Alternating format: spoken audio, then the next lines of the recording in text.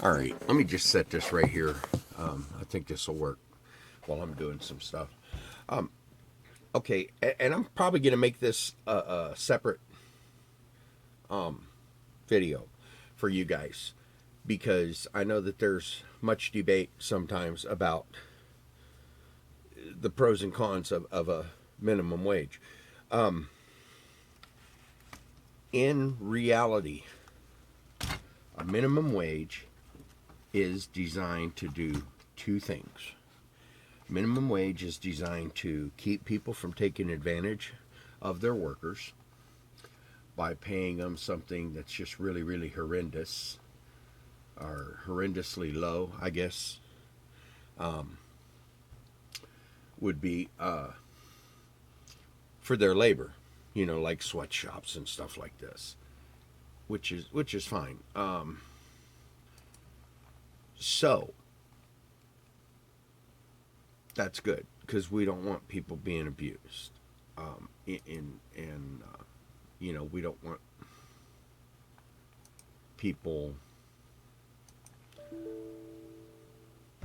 Oh my God, never mind.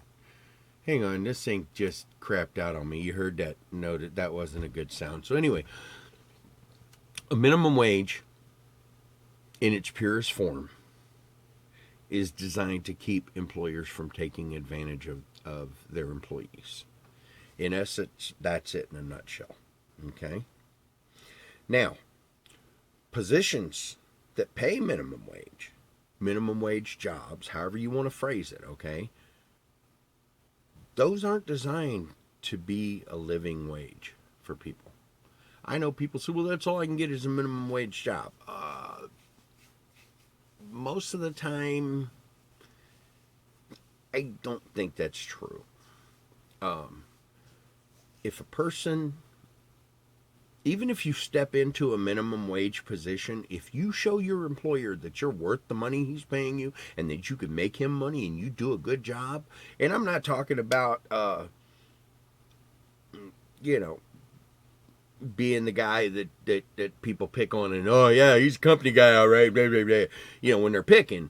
But guys who actually say it and mean it, yeah, you're a company guy. When your boss thinks, this guy's working for me and he's doing his best, then your boss is going to give you a raise 9 times out of 10. So, those two aspects of what minimum wage is, okay? Minimum wage is a starting wage. It's really great for young folks getting into the working market while they're still living at home and they, learn how to do things and how to excel in their positions and their jobs and get a skill or whatever. Okay? And it's designed to also keep, and primarily to keep employers from taking advantage of their employees. And I do think that, in that respect, that's probably one of the best things that laws that ever come up with is something to keep people from doing it, because you and I both know that given the opportunity, there are some folks in this world, sadly enough, who will take advantage of anybody and everybody at every turn and every opportunity they get. My glasses are crooked today. Evidently, the cat knocked them off the thing and I stepped on them. I got to readjust them. Excuse me. So, now, let me tell you what I already said. It's not a living wage. What minimum wage is not. Minimum wage is not a living wage. Okay? You are not supposed to be able to support a family working on minimum wage. You are not supposed to be able to move out, buy a new house, and blah, blah, blah, working on minimum wage. And if, okay, I know this probably sounds a little bit cold on the subject, but if all you can find is minimum wage work, then get you two of them jobs and work one full-time and one part-time job, because you still have to have time to be at home. And then while you're doing that, you either excel at your first job so you can get a raise and get out of that rut and put that second job off to the side, or you look for something else to do. that will pay you something that's within your skill set if you have one, or learn a skill set if you don't, so that you can better yourself without having to have, and this is what a lot of people don't like me to say, when the government steps in some situations and says that people have to do this or they have to do that in order to benefit somebody, what they're telling you is that whoever they're benefiting, the government is saying you're not good enough to do it on your own. 9 times out of 10. The 1 time out of 10 is this sumbitch is trying to take advantage of you, and we're going to make sure that doesn't happen. But the other 9 times out of 10, they're telling you you're not good enough to do it on your own, so we're going to help you, which I think is a slap in the face to people, because I know some kids that are bright. I know some people that are smart. And because we have this forced minimum wage, employers sometimes go, that's what I got to pay you. And that's all I'm going to pay you. As opposed to the guy who goes, well, you know what, we'll start you out at this, and you do me a good job, and I'll up your pay here and here. Now, this is a basic thing, okay? Another thing that people don't realize, and I can guarantee you that the government knows this, okay? Even though they don't like to tell you this when they're talking about, we're going to get you a higher minimum wage. What is the whole thing about this started with the increase in price in the twofer, pick two. A lot of people are aware that folks that work at McDonald's in areas, namely the one that's been on the internet a lot, has been over in California, the West Coast. People are wanting $15 an hour for minimum wage. And I'm going to tell you what that minimum wage does not do, okay? It does not come out of the pocket of the business owner. And every time the government regulates, taxes, or imposes restrictions on something, that creates a financial burden for a business, any business, that money does not come out of the business owner's pocket. So a lot of times you're going to hear this radio, oh, these rich people got money, they can afford to give you this. You know what? Nobody. I don't care if you got money falling off you when you walk down the street, or if you're sitting there every day making sure you didn't spend too much money so you can get by in your business, okay? No business owner in any part of that spectrum takes those costs out of his own pocket. They add that cost into the cost of their product to the consumer. And you are the one paying for it, not them. So, I've already told you guys before, I tend to babble. Sometimes I get a little distracted. But I hope that out of my babbling, you guys take something away from it. And from this part right here, from this video right here, what I want you to take away from this is that every time somebody tells you, from government, okay? I mean, not just a person in general.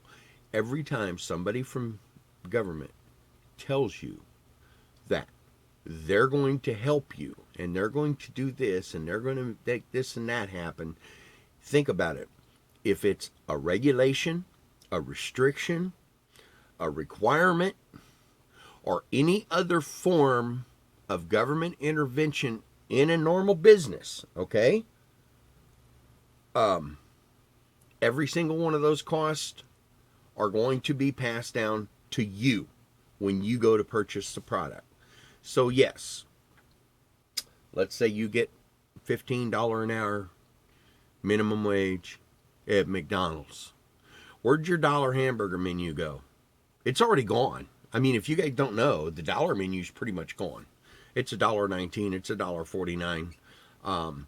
The pick two for $4, whatever, get 2 of these, 2 of the, whatever it is, for $4. Some places you used to have 2 for $2.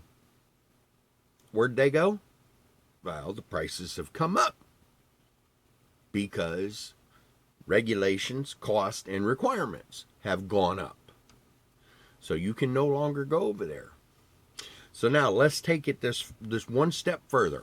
Let's say what the minimum wage is $7 and something an hour right now, which is actually not too god awful bad. When I was first starting out, minimum wage was $3.35.